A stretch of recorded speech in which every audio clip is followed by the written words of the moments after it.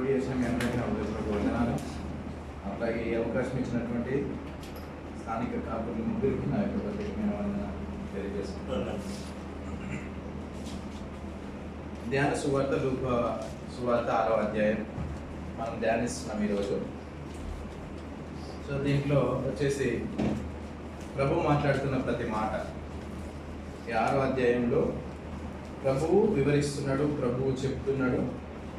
ఎందుని గురించి చెప్తున్నాడు, ఎందు నిమిత్తం చెప్తున్నాడు, ప్రభువు చెప్పాల్సిన పని ఏంటంటే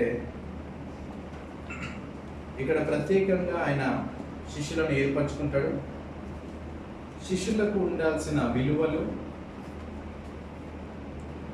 గుణగణాలు, లక్షణాలు ఏ విధంగా ఉండాలి, ఏ విధంగా జీవించాలి, ఎట్టి రీతివైన దేవుని యొక్క మార్గంలో నడవాలి అని యేసు ప్రభు ఈ మైదానం నందు ప్రసంగము చేస్తూ ఉంటాడు. ఇది లూకా సువార్త 6వ అధ్యాయం. మత్తయి సువార్త 5వ అధ్యాయం వచ్చేసి కొండ మీది ప్రసంగం. ఇది కొండ కింది ప్రసంగం, మైదానం నందు ప్రసంగం చేస్తున్నాడు. సో ప్రత్యేకంగా ఈ అధ్యాయంలో చూస్తే శిష్యులను ఏర్పరచుకుంటాడు, శిష్యులకు ఏ విధంగా ఉండాలనేది చెప్తూ వస్తున్నాడు, వివరిస్తూ వస్తున్నాడు. సో అట్లాగే మనలందరినీ దేవుడు ఏర్పరచుకున్న వాడై ఉన్నాడు కనుక మనకును ఈ అధ్యాయం అంతా వర్తిస్తుంది. ప్రత్యేకంగా తెలుగు క్రైస్తవ సంఘం ఫుజేరా ఏర్పరచుకున్నాడు కాబట్టి సంఘం అంతటికి మనందరికీ దేవుడు బోధిస్తున్న మాట ఇది ఒకటి ఉంటుంది. సో దీని బాటలో ఎప్పుడైతే ఉంటామో దేవుడు ఆ మార్గంలో మీరు నచ్చినట్లయితే మీరు పరలోక రాజు స్వతంత్రించుకుంటారని ఈ అధ్యాయం అంతా ఎక్స్ప్లెయిన్ చేసుకుంటూ వస్తాడు. సో ఇక్కడ మొదటి నుంచి మనం చూసినట్లయితే 2 విశ్రాంతి దినాల టైంలో మనం ఒకసారి చూద్దాం. ఒక విశ్రాంతి దినమున 6వ అధ్యాయం 1వ వచనం నుంచి చూద్దాం. ఒక విశ్రాంతి దినమున ఆయన పంట చేనులలో బడి వెళ్ళుచుండగా ఆయన శిష్యులు వెన్నులు త్రుంచి చేతులతో నలుపుకొని తినుచుండిరి. ఇది చేస్తున్నప్పుడు ఎవరు చూస్తున్నారంటే పరిసయ్యులు ఉన్నారు. పరిసయ్యుల యొక్క గుణగణ లక్షణాలు ఏంటంటే వాళ్ళు ధర్మశాస్త్రాన్ని ఆచరించేవారే కానీ ప్రతిదిన క్వశ్చన్ చేసేవారుగా ఉంటారు. సో వీరి యొక్క క్యారెక్టర్, వీరి యొక్క గుణగణాలు మనం చూసుకోవాలంటే మత్తయి సువార్త 23వ అధ్యాయంలో వాళ్ళ యొక్క లక్షణాలు ఉంటాయి. వాళ్ళు అగుపడాలని, గొప్పగా కనబడాలని, మేము క్వశ్చన్ చేసే వారిగా ఉండాలని, ప్రతి విషయంలోనూ ఈ పరిసయ్యుల గురించి దాంట్లో చూస్తాం మనం మత్తయి సువార్త 23వ అధ్యాయం మొదటి నుంచి. సో వాళ్ళు ఇక్కడ చేస్తున్నది ఏంటంటే ఇక్కడ ప్రభువుని శోధించడానికి కానీ, నింద వేయడానికి కానీ, నేరం మోపడానికి కానీ ప్రయత్నం చేస్తున్నారు. సో ప్రభువుకి ఇప్పుడు అపోజిట్ ఉంటున్న వారు ఎవరంటే పరిసయ్యులు. ఎక్కడ తప్పిదం చేస్తాడా, ఎక్కడ పట్టుకుందామని ప్రభువును వెంబడిస్తూ వాళ్ళు చూస్తున్నటువంటి ఈ పనులు. సో దాంట్లో ఒక విశ్రాంతి దినము సబ్బాతు దినము నాడు ఏంటంటే పని చేయకూడదు. సో ఇక్కడ పని చేయడానికి ఏమీ లేదు, వాళ్ళకి ఆకలి అయింది, తుంచుకొని తింటున్నారు. సో ఇది పంట చేనులో పడి వెళ్తున్నారు కదా, మీరు ఏ విధంగా తుంచుకొని తింటారు అని పరిసయ్యులు క్వశ్చన్ చేస్తున్నారు. క్వశ్చన్ చేసినప్పుడు ప్రభు వాళ్ళకి సమాధానం ఇస్తాడు. కింద దావీదు ఎట్టి రీతిగా ఆకలైనప్పుడు అతను తనతో పాటు తనది ఉన్న వారికి యాజకులు తినాల్సిన బల్లను ఏ విధంగా ఇచ్చినాడని ఇక్కడ ఆన్సర్ చేస్తూ వస్తున్నాడు. సో మరి ఈ తుంచిన వెన్నులు తినడంలో తప్పు ఉందంటారా, లేదంటారా? సో తుంచడము, తినడంలో అది ధర్మశాస్త్రాన్ని మీరినారంటారా, ధర్మశాస్త్రాన్ని మీరలేదంటారా? సో ఒకసారి ద్వితీయోపదేశ కాండము 23వ అధ్యాయము 24-25 వచనంలో మనం చూసినట్లయితే నీవు నీ పొరుగువారి ద్రాక్ష తోటకు వచ్చినప్పుడు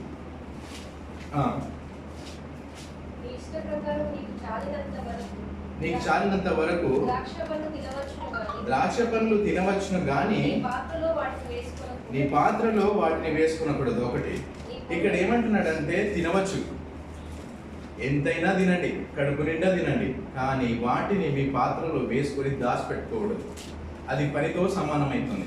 సో ఆకలి తీసుకోవడానికి ఇది పని కాదు. సో అక్కడేమంటున్నాడంటే తెంపుకొని మీ పాత్రలో వేసుకుంటున్నారు, చూస్తున్నారా? ఇది రేపటి కోసమో నెక్స్ట్ దానికోసమో ఇది మీరు పని చేసుకొని ముందే దాచిపెట్టుకుంటున్నారు కాబట్టి ఇది చేయకూడదు. రెండో వచనం చూద్దాం. నీ పొరుగు వారి పంట చేనికి వచ్చినప్పుడు నీ చేతితో వెన్నులు త్రుంచుకునవచ్చును గాని నీ పొరుగు వారి పంట చేని మీద పొడుబలి వేయకూడదు. ఇక్కడ వెన్నులు త్రుంచుకోవచ్చు అని ఉంది కదా, తుంచుకోవచ్చు కానీ ఆ పొడుబలి ఆ పంట మీద వేయద్దని స్పష్టంగా తెలియజేస్తున్నారు. వాళ్ళు ఆకలి నిమిత్తమై నింపుతున్నారు, కానీ ఇక్కడ వాళ్ళు చేస్తున్నది ఏంటంటే మీరు పని చేస్తున్నారు అన్నట్టుగా. అయితే పరిసయ్యులు ఏంటంటే ధర్మశాస్త్రాన్ని ఒక ఒక ఒక వచనాన్ని, ఒక ఆధారం చిన్నదాన్ని పట్టుకొని వాళ్ళు క్వశ్చన్ చేయడానికి ప్రయత్నం చేస్తారు. కానీ పూర్తిగా దాన్ని ధ్యానించినట్లయితే ఇది కరెక్టే అని వాళ్ళు కూడా తెలుస్తుంది. అదే విషయంలో ప్రభు వాళ్ళకి ఎక్స్ప్లెయిన్ చేస్తున్నాడు. సో దానికి మరొక విశ్రాంతి దినం తినవచ్చు, కానీ గొడవలు వేయకూడదు. అది మనం క్లియర్గా చూస్తున్నాం. సో ఇంకొక విశ్రాంతి దినమున మరలా అది అయిపోయింది. మరొక విశ్రాంతి దినమున ఆయన సమాజ మందిరంలోనికి వెళ్ళి బోధించుచున్నప్పుడు అక్కడ ఊచ కుడి చేయగలవాడు ఒకడు ఉండెను. శాస్త్రులను పరిసయ్యులను ఆయన మీద నేరం మోపవలెనని విశ్రాంతి దినమున స్వస్థపరచునేమో ఆయన కనిపెట్టుచుండి. చాలు. ఇక్కడ మనకు 7వ వచనంలో క్లియర్ కట్గా అర్థమవుతుంది. ఏమని అంటే శాస్త్రులను పరిసయ్యులను ఆయన మీద నేరం మోపవలనని వాళ్ళు ఉద్దేశపూర్వకంగా చేస్తున్న పని. ఆయన మీద నేరం మోపవలనని విశ్రాంతి దినమున స్వస్థపరచునేమో అని ఆయనను కనిపెట్టిచుండేవి.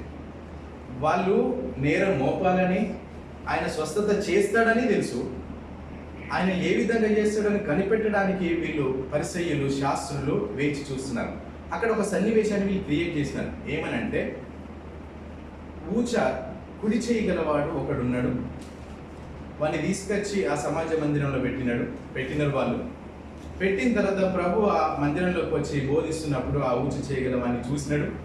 దేవుడు ఎప్పుడైతే దారి పొడుగున వెళ్ళినప్పుడు కానీ, ఎక్కడ ప్రచారం చేసినప్పుడు కానీ అందరినీ స్వస్థపరుచు బాగుపరుస్తూ ఆయన పరిచర్యలో కొనసాగుతూ వెళ్తున్నాడు. ఎవరిని వదిలిపెట్టలేదు. సో విశ్వాసముతో ఉన్న వారిని చూసి ఆపిండేమో, వాళ్ళు విశ్వాసంతో వస్తారా లేదని, కానీ ఎప్పుడూ ప్రభు ఎవరిని విడిచిపెట్టి వెళ్ళలేదు. కానీ ఊచ చేయగలవాడిని చూస్తాడని వీళ్ళకు తెలుసు.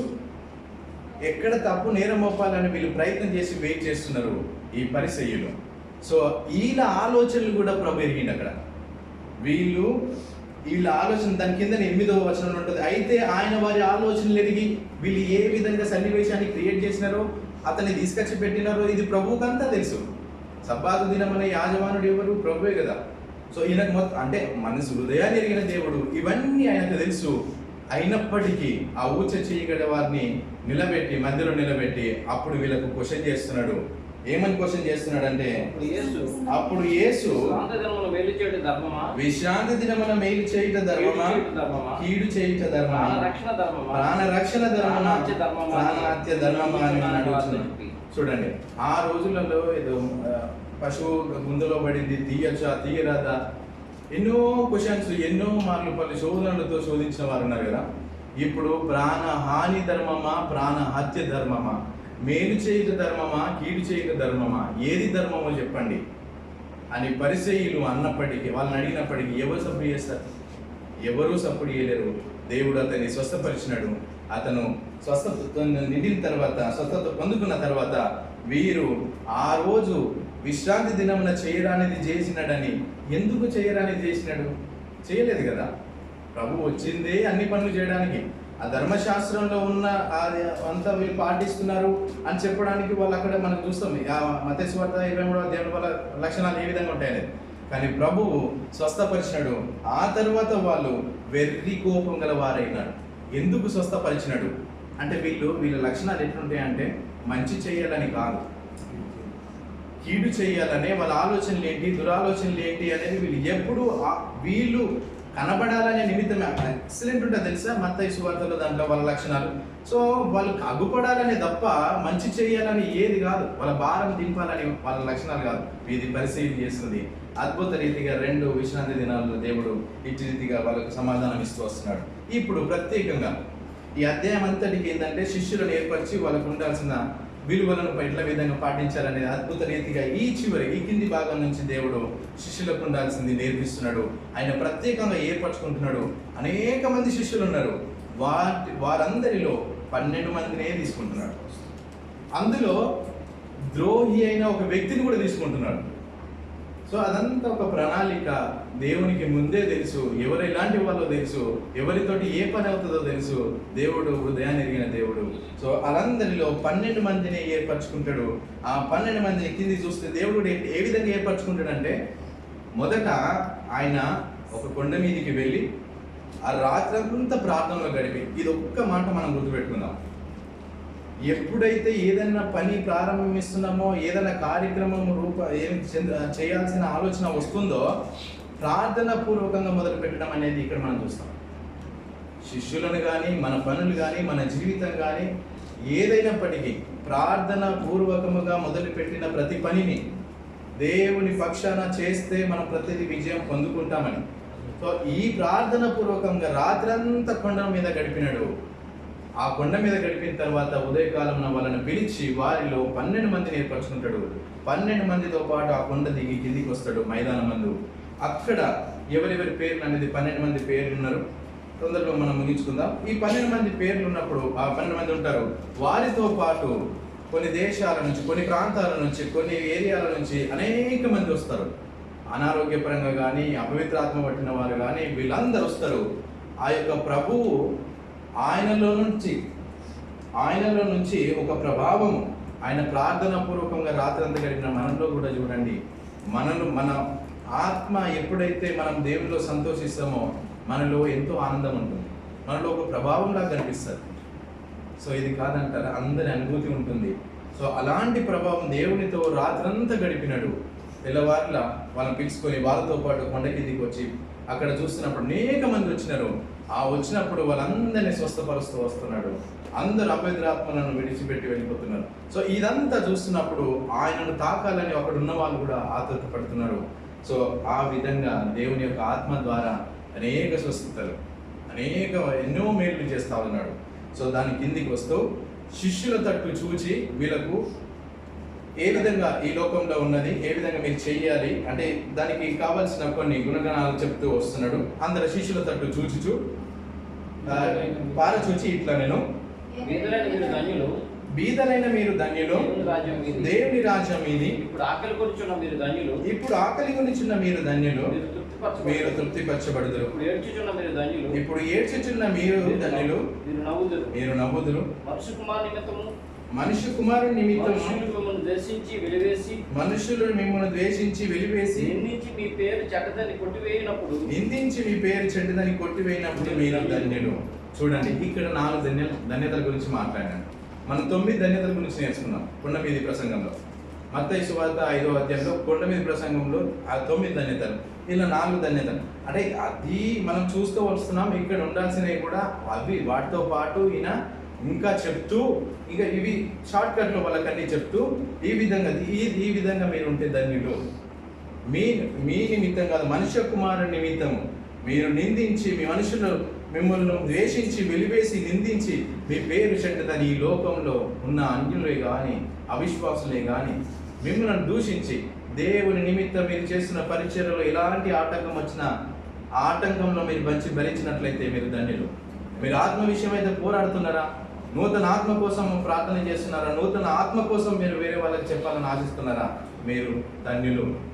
సో ఏ ఆత్మ నశించుతా దేవుడికి ఇష్టం లేదు. కాబట్టి అందరము శిష్యులమే, ఏ భేదము లేదు, అందరూ శిష్యులే. ఆ పాత్ర మనం వహిస్తున్నప్పుడు అప్పుడు మనం ధన్యులమని వీరికి చెప్తూ వస్తున్నాడు. అట్లాగే ఇంకా కిందికి చూస్తూ ఆ దినమందు మీరు ఎప్పుడైతే ఇవన్నీ చేసి వెళ్తామో ఆ దినమందు మీరు సంతోషించి గంతులు వేయడండి. ఈ బాధలన్నీ భరించి ఇవన్నీ చేస్తున్నప్పుడు బాధపడకండి, మీరు రోధించకండి. మీరు చేయాల్సింది చేయండి, ప్రభు నిమిత్తమే చేయండి, ప్రభు కొరకే చేయండి. అది చేసిన నాడు మీకేమన్నా వచ్చినప్పుడు ఆ దినమందు మీరు సంతోషించి గంతులు వేయడి. ఇదిగో మీ ఫలం పరలోకమందు గొప్పదై ఉండును. వారి పితరులు ప్రవక్తలకు అదే విధంగా చేసిరి. మీరు ఏదైతే మీరు బాధపడుతున్నారో మీరు సంతోషించండి, మీరు బాధపడద్దు, మీ ఫలితము పరలోకంలో ఉంటుంది, మీరు ఏమీ బాధపడద్దు అని వాళ్ళకు ధైర్యంగా, బలంగా, విశ్వాసపూరితంగా వాళ్ళకు బలపరుస్తూ వస్తున్నాడు. ఇంకా కింది ఉన్నప్పుడు ఆకలి ఉన్నవారు దప్పికొంటారు, అనేక అయ్యో మీరు ఇప్పుడు నవ్వుతున్న వారు తర్వాత ఏడుస్తారు, అవి కిందికి చెప్తూ వస్తూ మరొక విషయాన్ని గుర్తు చేస్తాడు. మరొక విషయం 27వ వచనంలో, వినుచున్న మీతో నేను చెప్పున్నదేమనగా ఇక్కడి నుంచి జాగ్రత్తగా వినండి. మరలా చెప్తున్నాను, వినుచున్న మీతో నేను చెప్పున్నదేమనగా, ఇది మనకు ఉండాల్సిన లక్షణాలు, ఇది మనం పాటించాల్సిన ఈ యొక్క వాక్యంలో ఈ విధంగా మీరు బ్రతకాలి, ఈ విధంగా మీరు చేయాలి అనేది ఇక్కడ నేర్పిస్తున్నాడు. మీతో చెబుతున్నది ఏమనగా, మీ శత్రువులను ప్రేమించుడి, మీరు ప్రభు పోలిన వారు గనుక, ప్రభు మార్గంలో నడుస్తున్నారు కాబట్టి, దేవుని ధరించుకున్న వారై ఉన్నారు కాబట్టి, వారికి ఉండాల్సిన గుణగణాలు, వారికి ఉండాల్సిన లక్షణాలు ఏముండాలంటే ఇవి ఉండాలి. వినుచున్న మీతో చెప్పున్నది ఏమనగా, మీ శత్రువులను ప్రేమించుడి, మిమ్మల్ని ద్వేషించు వారిని దీవించుడి, మేలు చేయుడి, మిమ్మల్ని శపించు వారిని దీవించుడి, మిమ్మల్ని బాధించు వారి కొరకు ప్రార్థన చేయుడి, ఒక చెంప మీద కొట్టువాని వైపునకు రెండవ చెంప కూడా త్రిప్పుము. ఈ యొక్క మాట మనం స్కూళ్ళ నుంచి కూడా స్టార్ట్ వింటాం. ఈ మాట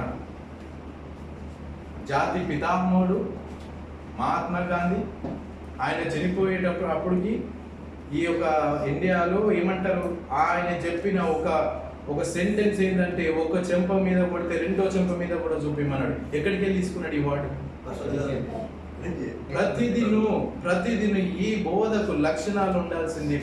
ఆ బోధకి చెప్పిన వారికి అంటే విన్న వారికి పాటించవలసిన వారు ఉండాల్సిన లక్షణాలలో ఒకటి మనం ఇక్కడ చూస్తాం. అనేక మంది ఉన్నారు, చాలా మంది అన్ని విషయాలలో మనం చూస్తాం. కానీ జనరల్గా అందరు అన్యులైనా విశ్వాసులైనా అవిశ్వాసులైనా జనరల్గా వింటున్న ఒక మాట ఆ స్కూళ్ళలో కూడా చెప్పేది ఇదే మాట. సో అప్పుడే మనకి ఇది ఇక్కడ నుంచే తీసుకున్నాడు, ఎక్కడ లేదు, అంత ప్రభు మాటలే. అక్కడ కొంచెం తీసుకొని వాళ్ళు దానిలో ప్రభావితులైనారు తప్ప వాళ్ళ సొంతగా కాదు, ప్రభు ఇచ్చినదే. సో దాని కిందికి చూస్తే ఇంకా, నీ పైబట్ట ఎత్తుకొని పోవు వానిని నీ అంగిని కూడా ఎత్తుకొని పోకుండా అడ్డగింపకము, నిన్ను అడుగు ప్రతి వానికి నీ సొత్తు ఎత్తుకొని పోవు వాని యొద్ద దాన్ని మరలా అడగవద్దు. ఇదంతా ఎత్తుకొని పోవడము, దొంగలించడం అనేది మనం ఒక అద్భుతమైన అపోస్తుని మనం చూస్తాం. అపోస్తుడైన పౌలు ఆయన పరిచర్యలో ఆయన సంఘాలకు వెళుతున్నప్పుడు ఓడలో కానీ ఆ కొండ ప్రాంతాల్లో కానీ ఎన్నో మార్లు ఆయన కొట్టిన విషయాలు తెలుసు. ఎన్నో మార్లు ఆయన దగ్గర ఉన్నాయి అన్ని లాక్కొని ఆయన ఒక్కరిని వదిలిపెట్టిన విషయాలు కూడా తెలుసు. ఏదైతే మీ దగ్గరికి వెళ్ళి లాక్కుంటారో, ఏదైతే మీ దగ్గరికి వెళ్ళి మొత్తం తీసేసుకుంటారో మొత్తం ఇచ్చేయండి, మీ దగ్గర ఏముంచుకోకండి, అది అంతా ప్రభు చూసుకుంటాడు అని ఇక్కడ మనకు అపోస్తులైన పౌలు పరిచర్యను అద్భుత రీతి మనం చూసుకోవచ్చు. సో ప్రతి మాట ఒక్కొక్క శిష్యుడు కానీ, ఒక్కొక్క దాసుడు కానీ, ఒక్కొక్క ప్రవక్త కానీ ఎవరైనా దేవుని యొక్క వాక్యాన్ని అనువాదించుకొని వాటి అనుసారంగా జీవించిన భక్తులు ఎంతో మంది ఉన్నారు. సో ఈనాడు కూడా దేవుడు అదే చెప్తున్నాడు, మీరు ఆ భక్తి మార్గంలోనే వెళ్ళండి, ఇవన్నీ కలిగి ఉండండి, వీటితో పాటే మీరు దేవుని దగ్గరికి చేరడానికి అవకాశం ఉంటుంది. కానీ ఇవి వదిలిపెట్టి మీరు ఏమి చేయకూడదు. ఇక తర్వాత కిందికి చూసినట్లయితే, మనుషులు మీకు ఎలాగో చేయవలని మీరు కోరుదురో అలాగూ మీరును వారికి చేయుడి. ఇప్పుడు మన ఎదుటి వ్యక్తి వచ్చినారనుకోండి, ఏదో చేయాలనుకున్నాం అనుకోండి, సేమ్ ఇప్పుడు మనం ఏదైతే చేయాలనుకుంటామో, ఇక్కడ మనకి 31 వచ్చిన, మనుషులు మీకు ఎలాగో చేయవలనని మీరు కోరుదురో అలాగూ మీరు వారికి చేయండి. వేరే వాళ్ళ గురించి మనం ఇప్పుడు సన్మానం కానీ, లేకపోతే ఇంకేదైనా గ్రాండ్గా కానీ, ఇంకేదైనా గ్రాండ్గా మనకి ఇవ్వాలి కానీ, ఇంకేదైనా కావాలని మనం ఎట్టి రీతిగా అంటే మనకు తగిన దాని నిమిత్తమైన మనం ఆశిస్తామో అంతకంటే ఎక్కువ మీరు చేయలాగున, మీరు ఆ విధంగా చేయడానికి, మీరు ఏ విధంగా ఆశిస్తారో అంతకంటే మించి చేయడానికి, దీనికి మీరు ఆ విధంగా ఉండాలి. ఇప్పుడు దాని కిందనే చూసినట్లయితే, మీరు ప్రేమించు వారినే మీరు ప్రేమించిన ఎడల, మిమ్మల్ని ప్రేమించిన వారి, మిమ్మల్ని ఎవరైతే ప్రేమిస్తున్నారో వారినే మీరు ప్రేమించినారనుకో, మీకు ఏమేమి మెప్పగలుగుతుంది. ఇప్పుడు ఇక్కడ ఏమవుతుందంటే, అపోజిట్ ఉన్న వారిను మనకు ఉన్నాం, మనకి ఏదైతే ఇది ఇంకా ఎక్స్ప్లెయిన్ చేసుకుంటే కిందికి వస్తే చాలా ఉంటుంది. ఏదైతే ఇప్పుడు నేను ఒక సహోదరుని ప్రేమించిన అనుకోండి, సహోదరుడు తిరిగి నన్ను ప్రేమిస్తాడా లేదా? సో అదే ఉన్నదనుకోండి, దాంట్లో ఫలితం ఏముంది? దాంట్లో అవిశ్వాసులు పాపులు కూడా ఆ విధంగానే చేస్తున్నారు కదా. మీ ప్రేమ అగాపే, మీరు మరలా తిరిగి ప్రేమ పొందుకొని వారితో నువ్వు ప్రేమించు, ఆశించకు. నీ ప్రేమ ఎప్పుడు నీ నుంచే వెళ్ళడానికి ప్రయత్నం చేయి. తిరిగి నువ్వు ఆ ప్రేమను పొందుకోవాలని ఎప్పుడైతే ఆశిస్తావో అది ఆ లోకస్తులు చేస్తున్నారు, నువ్వు చేస్తున్నావు. నీ ప్రేమకు నువ్వు లోకస్తులు ఉన్న ప్రేమకు డిఫరెన్స్ ఏమన్నది? మీరు అప్పియాలనుకుంటున్నారా?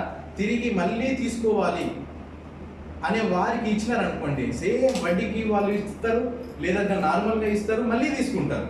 సో వాళ్ళు పాపులు అట్నే చేస్తున్నారు కదా, మీరు ఏ విధంగా తీసుకుంటారు?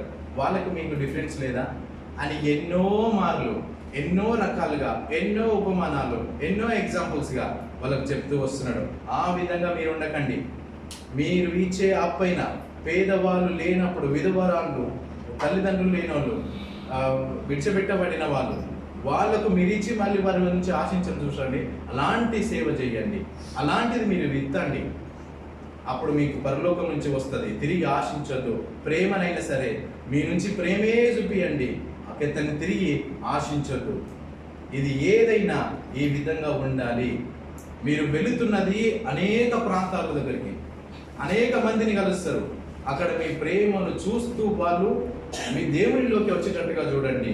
కానీ తిరిగి మీరు అక్కడి నుంచి ప్రేమ పొందుకోవాలని ఆశించొద్దు. మీరు అలాంటి శిష్యులు కావాలి, అలాంటి వారు మీరు బయలుదేరాలి అని బలపరుస్తున్నాడు. వాళ్ళకు అద్భుత రీతిగా చెప్తూ ఉన్నాడు. ఇక చివరి దాంట్లోనే 35వ వచనం, మీరైతే ఎట్టి వారిని గూర్చేనని నిరాశ చేసుకొనక మీ శత్రువులను ప్రేమించుడి, మేలు చేయుడి, అప్పియుడి, అప్పుడు మీ ఫలము గొప్పదై ఉండును. మీరు ఎలాంటి వారిని కలిగి ఉన్నారనేది చెప్తే సర్వోన్నతులై కుమారులై ఉందరు.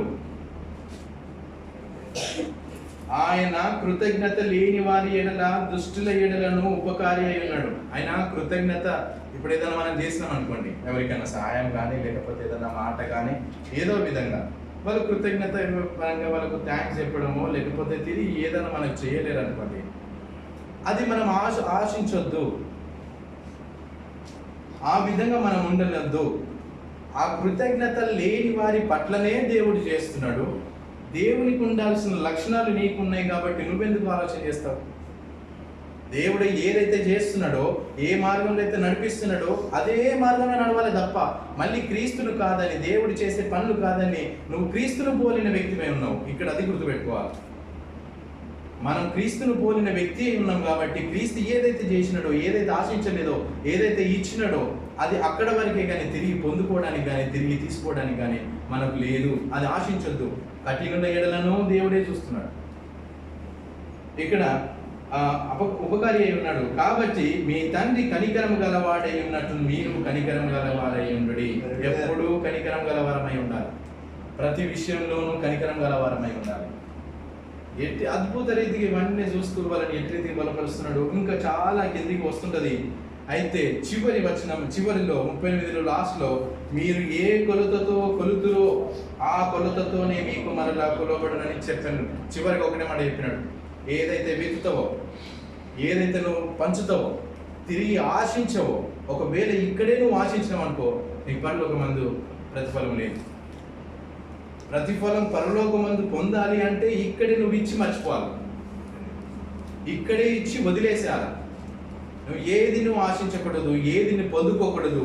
నువ్వు చేస్తున్న ఏదైనా సరే, సేవ అయినా, దాతృత్వమైనా, ప్రేమ అయినా, క్షమాపణ అయినా, జాలి అయినా ఇక్కడ వదిలిపెట్టాలి. మళ్ళీ తిరిగి వాళ్ళ నుంచి నువ్వు ఎప్పుడైతే పొందుకుంటావో నీకు పరలోకం నుంచి ఉండదు. నువ్వు ఏ కొలతతోటి ఇక్కడ కొలిచి వదిలిపెడతావో నీకు పరలోక రాజ్యంలో ఆ కొలతతో నీకు ఆ ప్రతిఫలం ఉంటుంది. ఇది మీరు ఇట్టి రీతిగా మీరు ముందుకు వెళ్ళాలి. ఈ విధంగా మీరు సిద్ధపడాలి. మీ కొరకు బలపరుస్తున్నది ప్రభు చెప్తున్న మాట ఇది అని వాళ్ళను గద్దిస్తూ, హెచ్చరిస్తూ, బలపరుస్తూ, శిష్యులకు ఉండాల్సిన ఇలాంటివి ఉండాలి, ఇలా చేయాలి, మీరు ఏదాన్ని ఆశించకూడదు, ఎవరి నుంచి ఎక్స్పెక్ట్ చేయకూడదు అని అద్భుత రీతిగా వాళ్ళని బలపరుస్తూ వస్తున్నాడు. ఇంకా కిందికి చూస్తూ ఉపమాన రీతిగా చెప్తాడు. ఉపమాన రీతిగా అదే ఎగ్జాంపుల్ ఇంకా అంటే అర్థం అవ్వడానికి ఎన్ని రకాలుగా దేవుడు ప్రత్యేకంగా స్వయంగా వాళ్ళ ముందు నిలబడి అన్ని రకాలుగా చెప్తున్నాడంటే మనం అందరం యేసు ప్రభు శిష్యులమే. అప్పుడు యేసు ప్రభు ఉన్నాడు, ప్రత్యేకంగా వారిని ఏర్పరచుకున్నాడు. కానీ ఇప్పుడు అందరము శిష్యులమే. కాబట్టి అందరం ఇది కలిగి ఉండాలని దేవుని యొక్క అభిలాష. సో మనం చెప్పుకోవచ్చు 39వ వచనంలో కిందికి ఒక గుడ్డివాడిని దారి చూపగలడా? ఒక పాపితోటే పోయినాడు అనుకో పాపంలోకి వెళ్తాం కదా. మంచి విశ్వాసంతో అనుకో మంచి విశ్వాసంలోకి వెళ్తాం కదా. ఎన్నో రకాల ఉపమానాలు కదా. గుడ్డివాడితో చూపగలడా, వాళ్ళిద్దరు పడిపోతారు కదా. దీనికి మీకు అర్థమవుతుందా? ఈ విధంగా మీకు తెలుస్తుందా? ఎన్నో రకాలుగా. ఇంకా నువ్వు కింద చూస్తే 41వ వచనంలో, నీవు నీ కంటిలో ఉన్న నలుసును ఉన్న దూలంను ఎంచక నీ సహోదరుని కంటిలో ఉన్న నలుసును చూడనేలా, నీ కంటిలో ఉన్న దూలంను చూడక నీ సహోదరునితో, సహోదరుడా నీ కంటిలో ఉన్న నలుసును తీసివేయమని నువ్వు ఎలాగ చెప్పగలవు?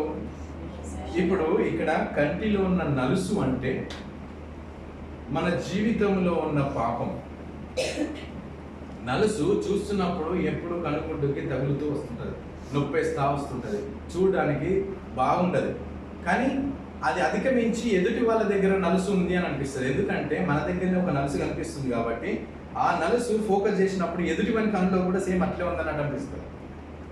ఎప్పుడైతే మన కంటిలో ఉన్న నలుసును తీసేస్తామో, ఎగ్జాంపుల్గా చెప్తున్నాడు, అప్పుడు ఈ కనుచూపు క్లియర్గా ఉంటుంది.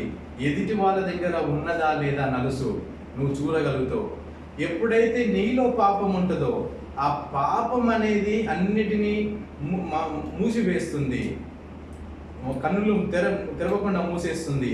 ఆ పాపాన్ని నువ్వు తీసేస్తే ఎదుటి వాణిలో ఉన్న పాపానికి నువ్వు కావలసిన ఈ వాక్యం అందించవచ్చు. సో నీలో పాపం పెట్టుకొని, నీలో అపవిత్రత పెట్టుకొని, నువ్వు ఎదుటి వాని దగ్గర నువ్వు చేయాల్సిన తప్పు, నువ్వు చేస్తున్న తప్పు, నువ్వు పాపివి, నువ్వు దేవుని దగ్గరికి రాలేదని నువ్వు ఏ విధంగా చెప్తావు? నీలో ఉన్న ఫస్ట్ది ప్రతిదీ తీసేయి. నీలో ఉన్న పాపాన్ని తీసేయి, అపవిత్రతను తీసేయి. అన్నీ తీసేస్తావా? అప్పుడు నువ్వు క్లియర్గా ఉంటావా? ప్రభువుతో నువ్వు ప్రార్థన చేసినప్పుడు పొందుకుంటావా? అది నువ్వు ఇతరులకు చెప్పేటప్పుడు నీకు తేటగా ఎదుటి వాడిది కనిపిస్తుంది. నీ కంటిలో ఉన్న నలుసు, నీ హృదయంలో ఉన్న పాపం, నీలో ఉన్న పాపాన్ని తీసివేయు. నీ కంటిలోని నలుసు అప్పుడు నీకు క్లియర్గా అగుపడుతుంది. వేషధారి అని ఎన్నో విధాలుగా కదా మనకు చెప్పుకుంటూ వస్తున్నాడు. ఆ విధంగా చెప్పుకుంటూ వస్తున్నాడు. తర్వాత ఇంకొక ఉపమాన రీతిగా 43, ఏ మంచి చెట్టును పనికి మాలిన ఫలములు ఫలింపవు, పనికి మాలిన చెట్టున మంచి ఫలములు ఫలింపవు. ఇప్పుడు చెట్టు, ఫలములు అంటే మన క్రియలు. ఏదైతే చెట్టు మంచిదే ఉంటుందో మంచి ఫలములు ఫలిస్తుంది. చెట్టు మంచిది కాదో ఫలములు మంచివి కావు. ఇది కదా మన హృదయం అనే చెట్టులో, ఆ హృదయం అనే ఆలోచనతో మనం చేస్తున్న క్రియలే మన ఫలములు. ఏదైతే నీ క్రియను బట్టి నీ హృదయం తెలుస్తుంది, నీ క్రియను బట్టి నువ్వు ఎలాంటి వ్యక్తిత్వమో తెలుస్తుంది. సో నువ్వు క్రియను బట్టి నీ యొక్క చెట్టు తెలుస్తుంది, నీ విత్తనము తెలుస్తుంది. అదే అంటున్నాడు, మంచి చెట్టుకి మంచి ఫలములు పడతాయి. ఎప్పుడైతే నువ్వు దేవునిలో ఉండి దేవునికి ఇష్టానుసారంగా జీవిస్తావో నీ క్రియలు కూడా దేవునికి నచ్చినట్టే ఉంటాయి. అది మంచి ఫలాలు ఫలిస్తుంది, మంచి క్రియలు చేస్తుంది. ఎప్పుడైతే నీ హృదయంలో చెడుతనం నిండి ఉన్నదో నువ్వు చెడు క్రియలు చేస్తావు, అది చెడు ఫలములను ఇస్తుంది. సో ఆ విధంగా హృదయానికి మనకి ఇక్కడ ఎగ్జాంపుల్స్ చెప్తున్నాడు, కానీ మొత్తం మన ఆత్మీయత, మన జీవితానికి కావలసిన పరమార్థమే ఉంటుంది. అది లోతుగా వెళుతూ వస్తున్నప్పుడు అన్నీ మన హృదయానికి తగిలేటి, అన్నీ మన ఆత్మకు తగిలేటిదే. ఒకటి మాత్రము దేవుడు మనలో ఆత్మ పెట్టింది, ఎందుకంటే మనలో మనకి జడ్జిమెంట్ చేసుకోవడానికి. మనం చేస్తున్న మనసు వేరు, మనలో ఆత్మ గద్దిస్తుంది వేరు. సో ఆత్మ దేవుని నుంచి వచ్చింది, దేవుని పక్షాన పోరాడుతుంది. ఎప్పుడైతే ఆలోచన ఉంటుందో దాన్ని మనం డైవర్ట్ చేస్తాము, ఆ ఆలోచన ప్రకారం వెళ్తాము. అందుకే మనం పాపంలో పడిపోవడానికి ఆస్కారం ఉంటుంది. సో ఈ విధంగా ఉంటుంది. అంజూరపు చెట్ల గురించి చెప్తాడు. తర్వాత ఇంకొక వచనంలో చూస్తే ఒక ఎగ్జాంపుల్ ఇంకా బెస్ట్గా చెప్తున్నాడు. అదే 45లో, సజ్జనుడు తన హృదయమును మంచి ధననిధిలో నుండి సద్విషయములను బయటికి తెచ్చును. సజ్జనుడు అంటే మంచి హృదయం గలవాడు. దుర్జనుడు అన్నాడు చెడ్డ హృదయం గలవాడు. దుర్జనుడు చెడ్డ ధననిధిలో నుండి దుర్విషయములను బయటికి తెచ్చును. సో ఇక్కడ దుర్జనుడు, సజ్జనుడు ఏ విధంగా జీవిస్తున్నాడు, దుర్జనుడు ఏ విధంగా జీవిస్తున్నాడు, ఎలాంటి బయటకు వస్తున్నాయో ఎగ్జాంపుల్స్ మనకి ఇక్కడ చెప్పినాడు. అదే హృదయం. ఇంకా చివరికి లాస్ట్ ఒకటే మాటతో కంక్లూజన్ చేస్తాడు. ప్రతిదీ వచనానికి ఒక కంక్లూజన్ తోటి పెడుతున్నాడు. ప్రతి ఒక ప్యాసేజ్కి ఒక కంక్లూజన్ పెడుతున్నాడు లాస్ట్కి. హృదయం నిండి ఉండి దానిని బట్టి ఒకరి నోరు మాట్లాడను. ఏ హృదయము మన హృదయం అయితే ఉందో ఆ హృదయంలో ఏదైతే నిండుకొని ఉన్నదో, ద్వేషం నిండుకొని ఉన్నదా, కోపం నిండుకొని ఉన్నదా, కోపంతో చూస్తాం. పరిసయ్యులు అదేవిధంగా చూసినాం. వాళ్ళ హృదయం అంతా నిండుకొని ఉన్నది. ఎక్కడ ప్రభువును పట్టుకుందామా, ఎక్కడ ప్రభువుని నిందిస్తామా, ఎక్కడ ప్రభువును ద్రోహిగా నిలబెడదామా, ఎప్పుడు చూడు విశ్రాంతి దినం వచ్చిందా ప్రభు వెనకాల ఫాలో కావాలి. వాళ్ళ హృదయంలో అలాంటి చెడు ఆలోచన ఉంది కాబట్టి అదే బయటకు వస్తుంది. ఏదైతే మంచి ఆలోచన ఉంటుందో హృదయంలో అది మంచిగా వస్తుంది. అదే మీరు క్రియలు, అదే మంచి చెట్టుకు ఫలించాల్సిన ఫలాలు అని మీరు గుర్తెరగాలి. సో చివరగా కంక్లూజన్ ఈ అధ్యాయం అంతా చెప్పినాడు. అధ్యాయం అంతా చెప్పిన తర్వాత చివరికి ఒక కంక్లూజన్ తోటి ముగిస్తున్నాడు. వాళ్ళకి ఉండాల్సినవి గుణగణాలన్నీ చెప్పేసినాడు. ఏ విధంగా మీరు పరిచర్యకు వెళ్ళాలి, ఏ విధంగా మీరు అనేక మందిని నడిపించాలి, మీరు ఏమి కలిగి ఉండాలి, ఏమి కలిగి ఉండదు, మీరు ఎలాంటి ధన్యులు, ఎలాంటి వారు గొప్పవారు అవుతారు అన్నీ చెప్పిన తర్వాత చివరి పారాగ్రాఫ్లో కంక్లూజన్ తోటి ముగిస్తున్నాడు. మనం కూడా చివరి దాంట్లో ఉన్నాం. ఇంకో కొన్ని నిమిషాలు ముగించుకున్నాం. 46వ వచనం, నేను చెప్పు మాటల ప్రకారం మీరు చేయక ప్రభువా ప్రభువా అని నన్ను పిలుచుట ఎందుకు? నేను చెప్తున్నా కదా, ఇవన్నీ చెప్పినా కదా. ఇప్పుడు ఇదంతా మేము ఇక్కడ ప్రేమించుడి, మేలు చేయుడి, అప్పియుడి, అప్పుడు మీ ఫలం గొప్పదే. ఈ దీంట్లో ఏ విధంగా మీరు ఆశిస్తున్నారో ఆ విధంగా చేయండి. ఇవన్నీ చెప్పినాడు కదా. మీరు ఏ విధంగా ధన్యులు అవుతారని చెప్పినారు కదా. ఇవన్నీ మీకు ఇంతవరకు బోధించిన, ఇంతవరకు బలపరిచిన, ఇవి లక్షణాలు మీరు కలిగి ఉండాలి. కలిగి ఉండకపోతే ఏంటి, కలిగి ఉంటే ఏంటి, మీరు పొందుకునే ఫలాలు ఎట్లుంటాయి అనేది కిందికి చెప్తూ ఇక్కడ ప్రభువా ప్రభువా నన్ను పిలుచుంటే ఎందుకు? నేను చెప్పినవన్నీ మీరు పాటించలేదు అనుకోండి. నన్ను ఎన్నిసార్లు ప్రభువా అని పిలిచినా మీరు ఎందుకు నన్ను పిలుస్తున్నారు? ఎప్పుడైతే మాట వినుట శ్రేష్టం. ఎప్పుడైతే మాట వింటావో అప్పుడే కదా నువ్వు ప్రభువుకు ఇష్టడైన వారిగా ఉన్నావు. సో అదే చెప్తున్నాడు. ఎన్నిసార్లు నేను చెప్పింది వినకుండా నీ అందరూ నువ్వే ప్రభువా ప్రభు, నేను చెప్పింది ఇప్పుడు అక్కడికి వెళ్ళమని చెప్పిన నువ్వు వినలేదు. ప్రభువా ప్రభు అంటారు. నేను చెప్పింది చేయాలి కదా. ఫస్ట్ ఆ కండిషన్స్ ఏంటి, ఆ రూల్స్ ఏంటి, ఆ రెగ్యులేషన్స్ ఏంటో నీకు క్లియర్ కట్ ఎక్స్ప్లెయిన్ చేసిన. ఆ ప్రొసీజర్ కూడా ఏంటో చెప్పిన. ఆ ప్రొసీజర్ ఫాలో కాకుండా నేను వేరే రూట్లో వస్తా, ఆ 2 డోర్లు ఉంటే ఈ డోర్లో వస్తా ప్రభా రోడ్డు అంటే ఆ మార్గంలో నుంచి వెళ్ళమని చెప్పిన కదా. మళ్ళీ ఈ మార్గం ఎందుకు నీకు షార్ట్ కట్? ఎందుకే ప్రభు అన్న ప్రతి పిలుచుంటే ఎందుకయ్యా నాకు పిలుస్తున్నారు? నేను చెప్పింది మొదట చేయండి, తర్వాత కిందికి నా యొద్దకు వచ్చి నా మాటలు విని వాటి చొప్పున చేయి ప్రతివాడు ఎవని పోలి ఉంటుందో మీకు తెలియజేతును. దేవుని దగ్గరికి వచ్చి దేవుని మాటలు విని వాటి చొప్పున చేయి ప్రతివాడును ఎట్టి రీతిమైన వాడు కలిగి ఉన్నాడో నీకు మళ్ళా వివరిస్తున్నా, ఉపమాన రీతి కానీ మరలా ఎక్స్ప్లెయిన్ చేస్తున్నా విను. వాడు ఇల్లు కట్టవలనని ఉండి లోతుగా త్రవ్వి బండ మీద పునాది వేసిన వాని పోలియుండును. వరద వచ్చి ప్రవాహము ఆ ఇంటి మీద వడిగా కొట్టినను అది బాగుగా కట్టబడినందున దాన్ని కదిలింపలేకపోయాను. ఇక్కడ ఒక ఇల్లు గురించి మాట్లాడుతున్నాడు. ఇల్లు బిల్డింగ్ కానీ లేదా ఇల్లు కానీ కట్టేటప్పుడు ఏం చేస్తారంటే మనకు అందరికీ జనరల్గా తెలిసింది ఏంటంటే పునాది తీస్తారు, దాంట్లో బేస్మెంట్ చేస్తారు, కాంక్రీట్ చేస్తారు, పిల్లర్స్ చేస్తారు. అది బలంగా ఉండడానికి కావాల్సినవన్నీ అక్కడ చేస్తారు. కింద వేయాల్సింది ఏంటంటే బండ వేస్తారు కదా. మనకి అక్కడ ఇండియాలో అయితే మొత్తం అదే బేస్మెంట్ అంటారు. బేస్మెంట్ మొత్తం కాంక్రీట్ బండలు వేస్తారు, అన్ని గణేట్ రాళ్ళు వేస్తారు, అవన్నీ వేసేసి దాని మీద మొత్తం కట్టేసి దాని మీద అప్పుడు స్టార్ట్ చేస్తారు. సో ఏ విధమైన ఇప్పుడు ఇది బండ అని అంటున్నాడు. ఇల్లు కట్టవలని నుండి లోతుగా తవ్వి బండ మీద మనం కట్టాం.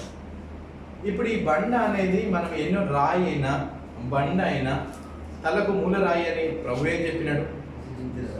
బండ నేనే అని చెప్పినాడు. ఈ బండ నేనే, రాయి నేనే అన్నప్పుడు ఈ క్రీస్తు ఈ ప్రభు ఎవరు? యోహాను సువార్త 1వ అధ్యాయం 1వ వచనం నుంచి కింది చూస్తే వాక్యమే నేనున్నా. ఎప్పుడైతే ఈ వాక్యమే నేనై ఉన్నానో నా మీద మీరు కట్టండి, నా మీద మీరు కట్టండి అంటే ఈ వాక్యము ఎప్పుడైతే లోతుగా తవ్వి అంటే మన హృదయము లోపల దేవుణ్ణి పెట్టుకోవడము, ప్రభువును పెట్టుకోవడం అంటే ఈ బండరాయిని మన హృదయంలో పెట్టినట్లయితే, బండరాయి అనగా ఈ యొక్క వాక్యము ఏదైతే దేవుడు చెప్పినాడో ఈ ప్రతి వాక్యమును హృదయంలో పెట్టుకున్నట్లయితే మీరు ఎక్కడికి వెళ్ళి ఏమి కట్టాలన్నా అంటే ఏమి ఆలోచన చేయాలన్నా ఇక్కడ నీకు సపోర్ట్గా ఉందా లేదా అనేది ఇప్పుడు నీకు అర్థమవుతుంది. బ్యాలెన్స్ అవుతుందా కాదా అనేది నీకు ఈ బండ లోపల ఉంది, వాక్యం లోపల ఉంది. వాక్యం అనేది లోపల ఉంది కాబట్టి ప్రభువే బండ ఆయన ఉన్నాడు కాబట్టి ఆ బండ వాక్యమై ఉన్నది కాబట్టి వాక్యం లోపల బలంగా నాటుకోండి. ఫస్ట్ ఎప్పుడైతే బలంగా వాక్యం అనేది నాటబడుతుందో దాని మీద మీరు ఇంకా ఏదైనా కట్టొచ్చు. సో దాన్ని జడ్జిమెంట్ చేస్తుంది, ఇది కట్టేదా కట్టందా, ఇది తీసివేసేదా తీసివేయందా, ఇది నిలబడుతుందా నిలబడదా, ఎన్ని ఫ్లోర్ల వాళ్ళకి నిలబడుతుంది, ఎంతమంది వరకు మనం రక్షించవచ్చు, ఎంత దూరం వరకు మనం వెళ్ళొచ్చు, పడిపోతానా కాపాడుకుంటానా, అన్యుల దగ్గరికి వెళ్ళినప్పుడు అవిశ్వాసుల దగ్గరికి వెళ్ళినప్పుడు పడిపోతున్నానా కాపాడుకుంటున్నానా, విశ్వాసం కాపాడుకుంటున్నానా విడిచిపెడుతున్నానా. ఇది లోపల నాటబడింది అనుకోండి ఆ బండ, ఆ ఒక వాక్యము మనకు బ్యాలెన్సింగ్ అనేది తెలుస్తుంది. ఆ విధంగా మనం కట్టుకుంటూ పోతే స్టెప్ బై స్టెప్ ఆ విధంగా ఎప్పుడు వచ్చినా బాధలు వచ్చినా ఇరుకులు వచ్చినా నిందలు వచ్చినా అపనిందలు వచ్చినా నిందలు వచ్చినా ప్రతిదీ తట్టుకోవడానికి ఈ వాక్యం బలంగా నాటుకుంది కాబట్టి ప్రతిదానికి సమాధానం వస్తుంది. ఎందుకు అంటే మిమ్మల్ని ఎవరైనా శోధించినారనుకోండి, శోధించి దొంగతనం చేసినారనుకోండి, ప్రభువే చెప్పినాడు కదా నిజమేనా ఏమన్నా వాడి సర్పం అని వాక్యం నాటబడి ఉన్నది, బండ మీద మీరు కట్టుకున్నారు, సరే పోయింది. వేరే వాళ్ళు దూషించినారా, దూషించాను, నేను తిరిగి దూషించొద్దని ప్రభు చెప్పినాడు, నాటబడింది. ఎవరికైనా అప్పు ఇచ్చినారా తిరిగిస్తలేరా, నాకు ప్రభు చెప్పిండు ఆల్రెడీ నాటబడి ఉన్నది, నేను అప్పు మళ్ళీ తిరిగి తీసుకోవద్దు. ఎవరి దగ్గర నుంచి ఏమైనా ఆశిస్తున్నానా తీసుకోవద్దు, ప్రభు నాకు ఆల్రెడీ బలపరిచింది, ఆల్రెడీ కట్టేసినాం, ఆ బండ అనేది కట్టేసాడు. సో అలాంటి ఎప్పుడైతే ఇరుకులు వచ్చినా ఇబ్బందులు వచ్చినా మీరు గట్టిగా ఫౌండేషన్ అనేది గట్టిగా ఉంటే మీరు పడిపోరు, మళ్ళీ తిరిగి మీరు ఆ యొక్క అవిశ్వాసంలోకి పోరు, బలమైన విశ్వాసంలో మీరు ఎదుగుతారు, బలమైన దాంట్లో మీరు ఉంటారు, దేవుని పక్షాన నిలబడతారు. ప్రభువు మాట, ప్రభువును క్రీస్తును మీ బండను మీ హృదయంలో పెట్టుకోండి అని ఈ మాటను ఇల్లును పోలి చెప్తున్నాడు. ఎవరైతే నేల మీద కట్టిన ఇల్లు వరదలు వచ్చి వాన వచ్చి వడి కొట్టింది అనుకోండి, ఇసుక మొత్తం పోయిన తర్వాత కింద బండ లేదు కాబట్టి పునాది బేస్మెంట్ కరెక్ట్గా ఫౌండేషన్ లేదు కాబట్టి అది పడిపోవడానికి అవకాశం ఉంది. సో దాని బండ అనేది వాక్యం లేని వారు ఈజీగా పడిపోతారు. ఈజీగా ఎట్లా అంటే అన్యుల దగ్గరికి వెళ్ళండి, వాళ్ళలో క్రీస్తు మాటలు లేవు, మనం అక్కడికి వెళ్ళినామంటే పోదాం మనం కలిసి వెళ్దాం, ఇంకా మళ్ళీ మీరెందుకు అడగడానికి అంటే మంచి ప్రదేశమా చెడు ప్రదేశమా ఏదనేది ఆలోచన ఉండదు. సో ముందు వెళ్దాం, అక్కడికి వెళ్ళిన తర్వాత పడిపోతాం. సో బాధలు వచ్చినాయి అనుకో, అది ఎట్లా అంటే ఇల్లు కడుతున్నారు, విశ్వాసాన్ని కాపాడుకుంటున్నాం, కానీ ఒకవేళ పడిపోవడం ఏంటంటే బాధలు వచ్చినాయి అనుకోండి, ఇరుకులు వచ్చినాయి అనుకోండి, సడన్గా మన విశ్వాసాన్ని పక్కన పెట్టొద్దు. ఇది కాన్సెప్ట్. ఎప్పుడైతే ఇల్లు పడిపోవడం అంటే ఏంటంటే మన విశ్వాసం నుంచి తొలగిపోవడమే మనం ఇల్లు పడిపోవడం, ఆత్మీయ జీవితాన్ని కోల్పోవడం. సో అది మీరు కోల్పోవద్దు, అది పడిపోకుండా గట్టిగా పునాది చేసుకోండి, విశ్వాసంలో నుంచి తొలగొద్దు. పిలిచింది నేను. సో నా మాటలు మీరు బలంగా నాటుకుంటే మీరు ఇసుక మీద ఇల్లు నేల మీద ఇల్లు కట్టినట్టు కాదు, బండ మీద కట్టినట్టుగా ఉంటారు. సో క్రీస్తును పోలి నడిచిన వారై ఉంటారు, పరలోకరాజ్యం స్వతంత్రించుకోవడానికి అవకాశం ఉంటుంది. సో కంక్లూజన్ ఈ విధంగా ఇస్తున్నాడు. ఎప్పుడైతే ప్రభు మాట ప్రభు వాక్యము మనలో ఉంటుందో ఎక్కడికి వెళ్ళినా మన మాట తీరు మన క్రియ తీరు ఏదైనా ప్రభువు చూస్తున్నవాడు, ప్రతిదీ మన కోసం చెప్తున్నవాడు. పరిసయ్యులు ఎట్లా ప్రతిదానికి ఫోకస్ చేయాలని కాదు, కానీ ఇక్కడ వాళ్ళు చేస్తున్న దానికి సరైన సమాధానం దేవుడిస్తూ వస్తున్నాడు. అట్లాగే శిష్యులకు ఉండాల్సిన మంచి వివరణ ఇస్తూ వాళ్ళను బలపరుస్తూ వస్తున్నాడు. అదే విధంగా మీరును బలపడండి, మీరును అనేక మంది నడిపించండి, మీరందరూ దేవుని శిష్యులే. మీరు కట్టబడండి, రాతి మీద కట్టుకోండి, మీరు కట్టుకున్నది పడిపోకుండా చూసుకోండి. నేల మీద కాదు, ప్రభు బండ మీద కట్టుకున్నారు అనుకోండి, మీరు పడిపోవడానికి అవకాశం లేదు. అదే బలంగా నాటుకోండి. రోజు మనం వస్తూ ఉన్నాం బుధవారం. సో దాని మీద ఏదైనా ఇప్పుడు ఈ రోజు ఉన్న సిమెంట్ను మళ్ళీ సిమెంట్ వేసాం అనుకోండి, గట్టిగా ఒక్కుంటే వెళ్తూ ఉంది, పడిపోవడానికి అవకాశం లేదు. ఏదో ఒక రోజు మన హృదయానికి ఆ మాట తగిలినప్పుడు, ఆ మాట లోపల ఉన్నప్పుడు అది ఎక్కడికి వెళ్ళిన అవసరం వస్తుంది. మనం చదువుతున్న ప్రతి లేఖనం కూడా దేవుడు బలంగా బలపరుస్తూ వస్తూ ఉంటాడు. సో అట్టి రీతిగా మన ఆత్మీయ జీవితాన్ని మెరుగవ్వాలని, దేవుడు మన ఆత్మకి సన్నిధి మనకు తోడుగా ఉండాలని, ఆయన సన్నిధిని మనకు తోడుగా ఉండాలని, అందరము ఆయనలో మనం అందరం బలపడాలని మనస్ఫూర్తిగా కోరుకుంటూ చిన్న మాట ముగిస్తున్నాం. Thank you.